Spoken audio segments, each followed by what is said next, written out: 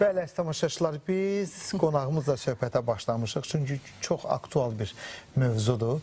Siz də qoşulun qonağımızla söhbətə. Qonağımız isə Milli Məclisin deputatı Jalə xanım Əliyevadır. Azərbaycan dilinin gözəlliklərindən Jalə xanımdan söhbət açmaq istəyirik. Xoş gəlmişsiniz. Sabahınız xeyirli olsun. Sabahınız xeyirli. Bütün Azərbaycanımızın sabahı xeyirli olsun.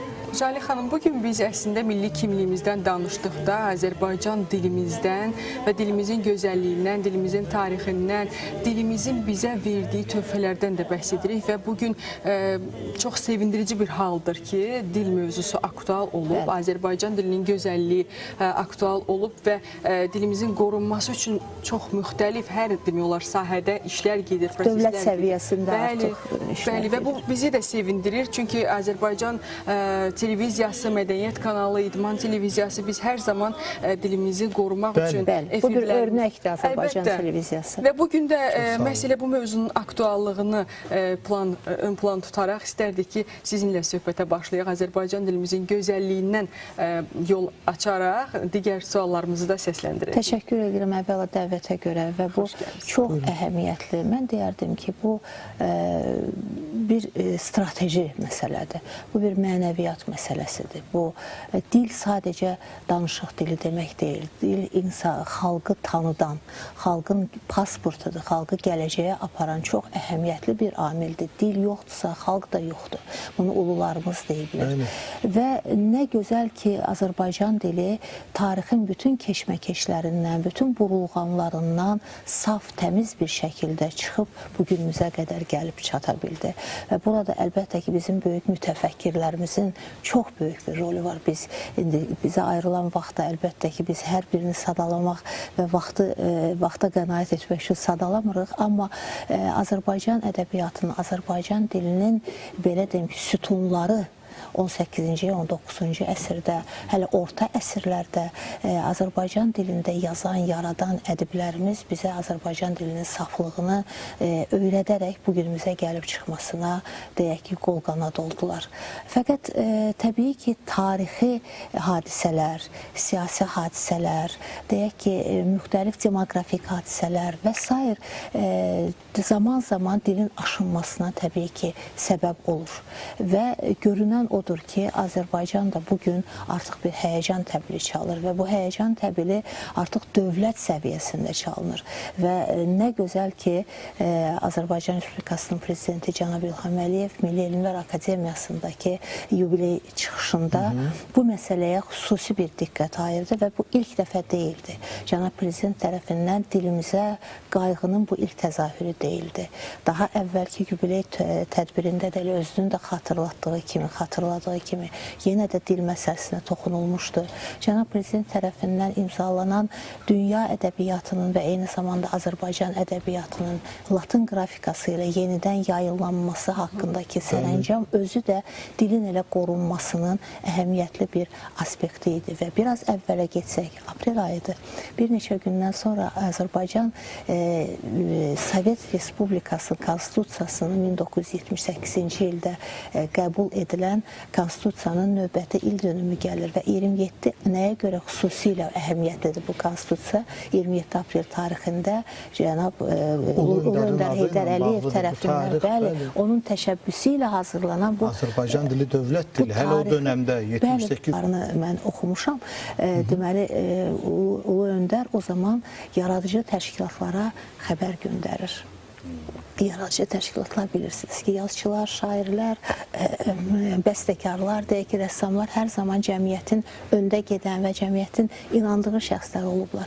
Onların tərəfindən təşəbbüs irəli sürülməsini onlara tövsiyə edir ki, müzakirələr vaxtı Konstitusiyamızda ana dilimiz, dövlət dilimiz Azərbaycan dili olaraq onların tərəfindən təqdim edilsin. Amma təşəbbüskar Ulu Öndər idi.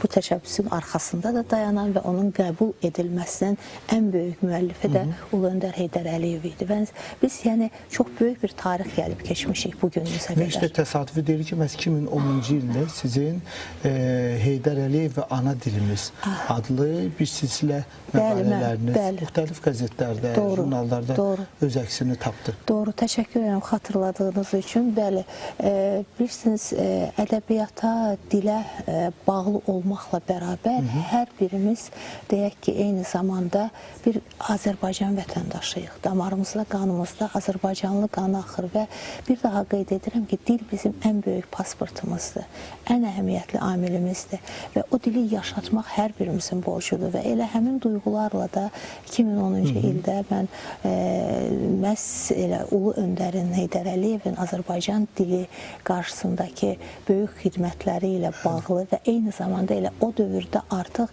dilimizdə yaranan bəzi naqis ünsürlər, bəzi narahatçılıqlarla bağlı mən bir məqalə yazmışdım və o məqalədə əlbəttə ki, tarixin biraz əvvəl də qeyd etdiyim kimi ən dərin qatlarından üzü bu yana gələn böyük ədiblərimizin adları qeyd edilməklə bərabər həmin siyahıya Ulu Öndər Heydər Əliyevin də adı yazılmışdı və mən orada qeyd edirdim ki, düzdür, o əlinə qələm alıb şeir yazmayıb, roman yazmayıb, əsər yazmayıb, amma o elə bir əsər yaradıb ki, elə bir dünya yaradıb ki, bu Azərbaycan adlı, müstəqil Azərbaycan adlı bir Azərbaycanı yaşadıb və hələ Sovetlər dövründə mümkün olmayanı mümkün edib və bütün sahələrdə olduğu kimi eyni zamanda dilimizin də qorunması sahəsində çox böyük xidmətlər göstərir. Elə bir cümlə ifadə, mən fəxr edirəm ki, mən Azərbaycanlıyam. Bax, bunun altında nə qədər hikmət yatır. Burada elə dilimiz var,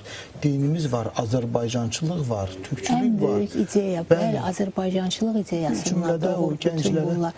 Və sadəcə konstitusiya mıydı? Xeyr, 69-cu ildə hakimiyyətə gəlişindən bir neçə ay sonra indiki Bakı Dövlət Universitetinin 50 illik yubileyində Heydər Əliyev o zamanki Komünist Partiyasının rəhbəri olaraq Azərbaycan dilində çıxış etdi. Bu böyük bir cəsarət idi. Bu böyük bir çağırış idi. Və nümunə idi. Və nümunə idi və özü həmin günləri xatırlayırdı. 25 il sonra artıq müstəqil Azərbaycanın rəhbəri ikən bu dəfə Bakı Dövlət Universitetinin 75 illik tədbirində çıxış edərək həmin günləri xatırlayırdı ki, mən o zamanlar Azərbaycan dilində çıxış etdim və mənə bunun üçün çox iradlar tutuldu. Çox böyük sensasiyaya səbəb oldu. Və daha sonra 78-ci ildəki konstitusiyanın qəbul edilməsini xatırlayır yenə özü həmin yubiley tədbirində və deyir ki, həmin hadisədən sonra mənə SSR rəhbərliyindən zənglər oldu. Nəyə görə müxtəlif respublikaların rəhbərləri zəng etdilər. Nəyə görə biz bunu edə bilmirik, amma siz edirsiniz və Ulu Öndər deyib ki, bu da artıq yəqin ki, bizim fəhvimizdir, bizim xalqımızın böyüklüyüdür ki, biz öz xalqımızın dilini anayasamıza, konstitusiyamıza yazdıra bilmişik. Sizin qarşınızda heç kim kəsmir. İstəsəniz siz də yəqin ki, bunu edə bilərsiniz. Yəni, bütün bunlar tarixdir, tarix silinmir. Elə bir misal da çəkim, 2000-ci illər idi, səhv eləmirəmsə, bu dilimizin adlandırılması ilə bağlı Azərbaycan dili, ziyalıları yığdı, onlarla söhbət və mediaya, bütün mətbuat heyətinə bir açıqlama verdi. Bu da deməli, müstəqil Azərbaycanın ilk konstitusiyasının qəbul edildiyi günlərdə idi. Təbii ki, bu da çox böyük bir rezonans doğurmuşdu və biz bugün görürük ki, onun atdığı bütün addımlar dilimizlə bağlı nə qədər doğruymuş. Bizə isə ziyalı olaraq, bizə isə sadəcə ziyalılıqdan getmir burada, vətəndaş olaraq, vətənin bir daşı olaraq dilin saflığını qorumaq qalır. Yəni, bütün bu dövlət əhəmiyyətli tədbirlərin, dövlət əhəmiyyətli təşəbbüslərin xalq tərəfindən dəstəklənməsi və qorunması çox vacibdir. Hətta xatirimdədir sizin Milli Məclisdə çıxışınız zamanı dil polisi deyə belə bir təklifimiz də olmuşdu və bilirsiniz, yəni bu ifadədən qorxmaq lazım deyil. Dil polisi demək nə deməkdir?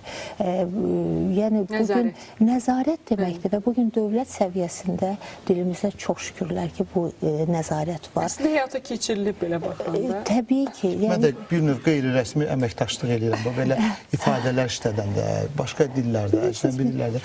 Çalışıram əlkim çatdığı insanlara bir düzəlişimi edim. Çox düz eləyirsiniz. Yəni burada bilirsinizmi, hər kəs vətəni bir şəkildə təbii ki sevir.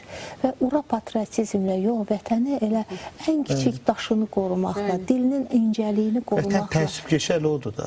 Bəli, yəni mən vətəni sevirəm demək nə deməkdir? Mən vətənimin daşını da, torpağını da sevirəm, dilini də sevirəm və bu dili aşınmaya məruz qoya bilmərik. Dilimizə yabancı ünsürləri gətirə bilmərik. Bizim dilimiz gözəldir, bizim dilimiz şabraqdır, bizim dilimiz anamızın dilidir, bizim dilimiz babalarımızın dilidir və biz bunu qorumalıyıq. Bugün deyək ki, dialektləri gətirə bilmərik. Təbii ki, dialektlər var, bütün dillərdə var. Deyək ki, İngilis dili bugün bütün dünyada yaygın bir dildir, amma hər xalq deyək ki, özünə uyğun bir şəkildə danışır. Elə Amerikanın özündə deyək ki, çox müxtəlif ləhcələrdə danışılır. Çinin özündə də müxtəlif. Bəli, amma bunu ədəbi dilə gətirmək olmaz.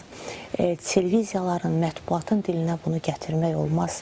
Deyək ki, yüzlərlə, minlərlə insana xitab edən bir şəxs mütləq o dilə diqqət etməlidir. Dialektdə evində danışa bilər, deyək ki, evladları ilə danışa bilər. Amma bir halda ki, sən böyük bir arenaya çıxırsan, səni ən azından elə 10 nəfər dinləyirsə, sənin qarşısında bir auditoriya varsa, o auditoriyaya çıxan şəxs Azərbaycan dilinin, ədəbi dilinin bütün normalarına uyğun bir şəkildə danışmağı, tələffüz etməyi, xitab etməyi bacarmalıdır və buna borcludur. Başqa cür ola bilməz.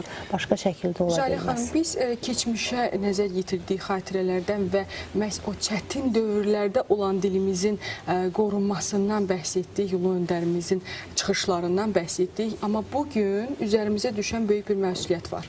Çünki müasirlik özü ilə bərabər həm də çətinlik gətirir və o dediyimiz aşınmalar artıq bir növ sosial şəbəkələrdən də yararlana bilir, bir növ daha çox xarici dil bilməkdən yararlana bilir. Filmlərdən, tamaşalardan düzdür. Əlbəttə ki, və bugün bizim təkcə problemimiz xarici sözlərdən istifadə deyil, həmçinin öz dilimizdən doğru şəkildə istifadədir. Sizin o vurguladığınız hətta məktəb tədrisində belə təkcə çıxış etdiyimiz auditoriya, canlı efir və digər vasitələr deyil. Biz bir sinifin belə idarəçisi isə və o sinifdə böyüyən şagirdlərə xitab ediriksə, bax, müəllimlərin də üzərinə çox böyük məsuliyyət düşür. Yəni, bəzən çox təəssüflər olsun ki, bir tələbənin, deyək ki, tələffüzündə, çıxışında bir də baxırsan ki, yəni bizim dilimizdə olmayan hərflərdən istifadə edilir. Dilimizin C və Ç olaraq çox gözəl səslənən iki deməli samiti var. Bəzən bunu gətirib C və C şəklində, bəzən yox, çox təəssüflər olsun ki, bu artıq belə deyim də yaygınlaşır həddindən artıq. Və bunu tələffüz edən tələbənin axı müəllimi var, şagirdin müəllimi var, evdə valideyni var və cəmiyyət var. Bunu düzəltmək lazımdır. Yəqin valideyn özü də elə danışır. Gəlin açıq danışaq, reallıqdır da. Yəni müəllimdə də o qüsur var ki... Bu bir dialektdir, amma ədəbi dildə, amma təhsilli bir insanın bu şəkildə danışmağı əlbəttə ki, artıq insana elə gəlir ki, 32 hərflik Azərbaycan əlifbasına yeni 2 hərf sanki əlavə olunub. Və yaxud Ş hərfinin tələffüzü, çənəni önə verilək, yumuşaltmaq olmaz. Və yaxud biz biraz əvvəl kulisdən, verilişdən əvvəl danışdıq sizinlə, larlər şəkilçiləri. Yəni, larlərin cəm şəkilçisi, ismin cəm şəkilçisi, əgər ondan öncə bu ifadədən əvvəl dilimizdə kəmiyyət varsa, kəmiyyət zərfliyi varsa, əsla və əsla bu deməli cəm şəkilçisi qəbul etmir. Amma gəlin görək, məsələn, indi mənim tam yadımda deyil, amma bir də görsən ki, çıxışın içərisində deyir ki, sərgidə ondan çox kitablar sərgiləndi.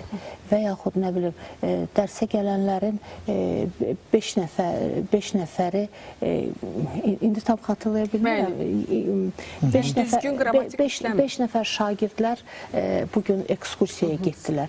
Yəni olmaz. Yəni bunlar çox belə deyim ki, Azərbaycan dilinin o gözəlliyini, zərifliyini, axıcılığını pozan nüanslardır ki, bütün bunların üzərində əlbəttə ki, zaman-zaman biz dayanırıq və nə gözəl ki, Azərbaycan televiziyası da bu məsələyə davamlı olaraq yer ayırır. Mən bilirəm ki, bugün artıq Şura da var bununla bağlı Azərbaycan televiziyasında və nə gözəl.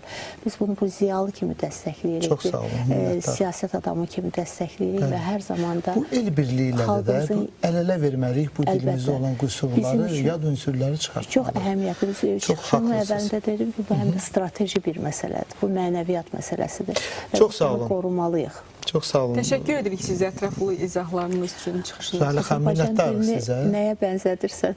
Hə, sonda istəyirəm, bax, belə musiqi ilə, poeziya ilə biraz bağlayardıq. Qısaca cavab istərdim sizdən ki, bax, özünüz gözəl danışırsınız. O karcın, girdli, samitlər, bax, axır gedir. Dilimizin gözəlliyini, axıcılığını əcnəbilər də dönə-dönə vurğulayıblar. Siz, belə bir sualı ünvanlayım, musiqi janrlarına bölsək, Azərbaycan dilini hansı janrda görürdünüz? Hansı sədada görürdünüz? Bülbül cəhcəhi. Nə gözəl dediniz.